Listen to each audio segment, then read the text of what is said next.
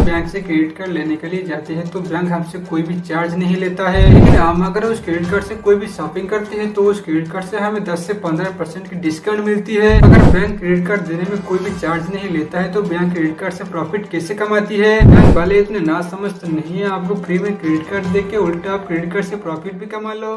Hello friends, आप में से ज्यादातर लोग क्रेडिट कार्ड का इस्तेमाल करते होंगे और आपको पता होगा वो काम कैसे करती है, लेकिन ज्यादातर लोग जब क्रेडिट कार्ड से कोई भी शॉपिंग करते हैं या कोई मूवी की टिकट करते हैं तो उसमें 10 से 15% की डिस्काउंट मिलती है। अगर बैंक वाले आपसे प्रॉफिट ना लेके बल्कि आपको उल्टा प्रॉफिट दे रहे हैं तो उसमें बैंक वाले क्रेडिट कार्ड से पैसा कैसे कमाते हैं? देखिए, कोई भी बैंक ये नहीं चाहेगा कि उसका ऑफर में बैंक की लॉस हो, क्योंकि बैंक 80 से 90% कस्टमर से ही पैसा प्रॉफिट करती है, क्योंकि उनका बिजनेस का तरीका ही ऐसा है। देखिए, क्रेडिट कार्ड के बारे में आपको सिंपल से समझाता हूँ। बैंक दो टाइप के कार्ड लॉन्च करती है कस्टमर को देने के लिए, एक है डेबिट कार्ड और दूसरा है क्रेडिट कार्ड। ये दोनों अलग अलग टाइप के कार्ड होती है। जैसे कि डेबिट कार्ड से ये होता है कि जब भी आप कोई किसी एटीएम से पैसा निकालने के लिए जाते हो तो आप उतनी ही पैसा निकाल सकते हो जितना आपके बैंक में बैलेंस होगा। आप मान लो आपके बैंक अकाउंट पे 10,000 रूपए है तो आप 10,000 रूपए ही निकाल सकते हैं, लेकिन क्रेडिट कार्ड पे ऐसा नहीं होती है। अगर आपको 20,000 रूपए चाहिए तो जब आप बैंक अकाउंट की बैलेंस चेक करते हैं तो पता चलता है कि आपके पास 20,000 रूपए नहीं है। अगर आपके पास क्रेडिट कार्ड है और आपके अकाउंट में बैलेंस नहीं है तो आप क्रेडिट कार्ड से एक लोन की तरह या उधर कह लो आप मनी ले सकते हैं। अगर आप ऐसे समझ नहीं पाते तो आप ऐसे समझ लो कि आपके फैमिली से किसी का अगर तबीयत खराब हो जाता है और आप उसे इंस्टेंटली हॉस्पिटल ले आते हो, लेकिन हॉस्पिटल का बिल आपके सैलरी से कई गुना ज्यादा है और आपके पास इतना पैसा नहीं है उस हॉस्पिटल के बिल दे सके। उसी टाइम पे ये काम आता है क्रेडिट कार्ड। जब आपके पास पैसा नहीं होती तो ये लोन की तरह एक काम करती है।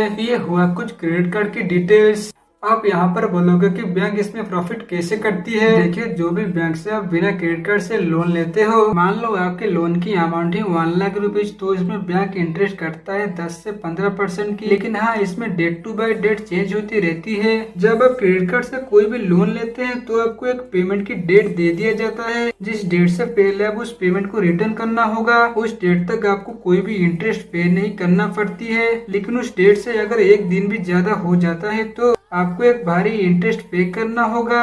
ये होता है बैंक की मेन सोर्स पैसा कमाने का। देखिए, आप यहाँ पर सोचे होंगे कि बैंक तो ऐसे भी बिना क्रेडिट कार्ड के लोन देती है तो इसमें क्रेडिट कार्ड की क्या मतलब? क्योंकि अगर कोई भी इंसान को एक बैंक से लोन की जरूरत होती है तो वो एक क्रेडिट कार्ड लेना पसंद करती है, क्योंकि आप अगर बैंक से लोन लेते हो तो आप 1 मंथ या 2 मंथ या उनके टाइम पीरियड में भी लौटा देते हो, फिर भी इंटरेस्ट तो पड़ता है। लेकिन आप अगर क्रेडिट कार्ड से लोन लेते हो तो उसमें टाइम पीरियड के बाद इंटरेस्ट पड़ती है और आपके पास एक बेटर ऑप्शन होती है क्रेडिट कार्ड लेने की। और यहाँ पर बैंक वाले कुछ ऐसे करते हैं कि जिससे आपको लगे कि क्रेडिट कार्ड ही एक बेटर ऑप्शन है। फिर जब एक कस्टमर एक क्रेडिट कार्ड लेता है तो उसको दुनिया भर के ऑफर उसे दे दिया जाता है, जैसे कि मूवी टिकट या डिस्काउंट या फिर कोई शॉपिंग हो गया, कोई भी सामान हो गया, उसमें नो EMI कॉस्ट, ऐसे काफी सारे दे दिया जाता है उस कस्टमर को। इसमें होता क्या है ना, उस नो EMI कॉस्ट से जिसका सैलरी 10,000 से 20,000 रूपए है वो भी 1 लाख की फोन ले सकता है उस क्रेडिट कार्ड की मदद से। क्योंकि आपको ये नहीं लगेगा कि आप एक लोन ले रहे हो, बल्कि आपको ये लगेगा कि आप अगर जरूरत पड़े तो क्रेडिट कार्ड से पैसा ले सकते हो। और ये तो नो EMI कॉस्ट है, मतलब प्रोडक्ट की जितना कॉस्ट है आपको उतना ही पेमेंट करना होगा। इसीलिए सारे बैंक जब कस्टमर को क्रेडिट कार्ड ऑफर करते हैं तो उसमें नो EMI कॉस्ट लिखते हैं, जिससे कि कस्टमर इसे अफोर्ड कर सके। लेकिन यहाँ पर तो नो EMI कॉस्ट होती है। जब कस्टमर क्रेडिट कार्ड का पेमेंट टाइम पीरियड के बाद देती है तो कस्टमर को एक हाई इंटरेस्ट देना पड़ती है बैंक को, और ये होता है मेन सोर्स बैंक पैसा कमाने का। और यहाँ पर क्रेडिट कार्ड बैंक हर कस्टमर को नहीं देती है। अगर मान लो आपके बैंक अकाउंट है और मुझे क्रेडिट कार्ड चाहिए तो ऐसे नहीं होगा, बल्कि जिस कस्टमर के ऊपर बैंक की ट्रस्ट होगा वो कैसे भी करके बैंक की पैसा चुकाएगा, बैंक उसी को ही क्रेडिट कार्ड देता है। और उस क्रेडिट कार्ड में एक लिमिट सेट किया होता है आपके मंथली इनकम या सिविल स्कोर के मुताबिक। अगर इस कस्टमर का सिविल स्कोर जितना होगा तो आप हर मंथ में उतना ही पैसा निकाल सकते हैं जितना आपका स्कोर होगा। हर बैंक की क्रेडिट कार्ड या डेबिट कार्ड में एक नेटवर्क कंपनी इन्वॉल्व होती है। आपने नोटिस किया होगा कि जो कार्ड होती है उनमें अलग अलग नेटवर्क कंपनी, जैसे वीजा हो गया, मास्टर कार्ड हो गया या अमेरिकन एक्सप्रेस या रुपे कार्ड हो गया। आखिर ये सारे नाम कार्ड में क्यों लगाया जाता है? देखिए पहले क्या होता था ना, आपके पास अगर आईसीआईसीआई बैंक की कार्ड है तो आप केवल आईसीआईसीआई बैंक की एटीएम पे ही पैसा निकल सकते हैं, और ऐसे होने में कस्टमर को बहुत ज्यादा प्रॉब्लम होती थी। ऐसे में बैंक अगर चाहते तो आप आईसीआईसीआई बैंक की कार्ड को लेकर आप किसी भी बैंक की एटीएम से जाकर पैसा निकल सकते थे, लेकिन ऐसा करने के लिए बैंक कस्टमर की डिटेल्स एक दूसरे बैंक के साथ शेयर करना पड़ता था, और बैंक वाले कभी भी नहीं चाहते कि उनका कस्टमर का डिटेल्स दूसरा बैंक लो, क्योंकि अगर आईसीआईसीआई बैंक का कस्टमर का डिटेल्स अगर एचडीएफसी बैंक ले जाता है तो ऐसा हो सकता है कि आईसीआईसीआई बैंक का कस्टमर को अगर एचडीएफसी बैंक कोई ऑफर या कुछ करके अपना कस्टमर ना बना ले।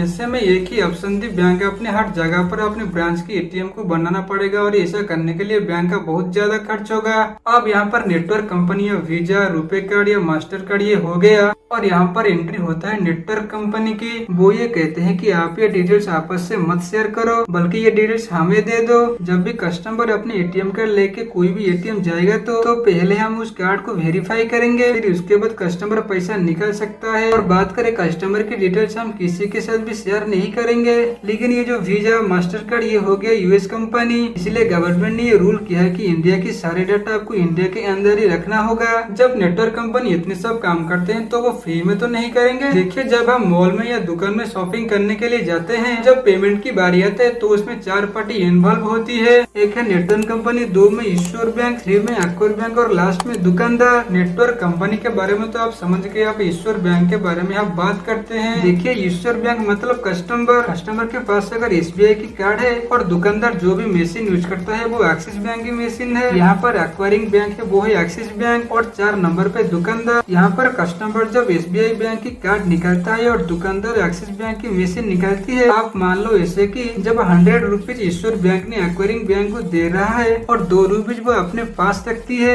और जो भी एक्वायरिंग बैंक है वो 1 रुपीज अपने पास रखती है और 97 रुपीज दुकानदार को देती है। जो बीच में 1 रुपीज एक्वायरिंग बैंक ने रखा वो 1 रुपीज से 50% अपने पास रखता है और 50% नेटवर्क कंपनी को देती है। देखिए यहाँ पर टाइम टू टाइम चेंज होती रहती है, जब पेमेंट की अमाउंट ज्यादा है तो वो चेंज होती है। दोस्तों आप अगर क्रेडिट कार्ड या नेटवर्क कंपनी के बारे में समझ चुके हैं तो हमारे चैनल को सब्सक्राइब करिए।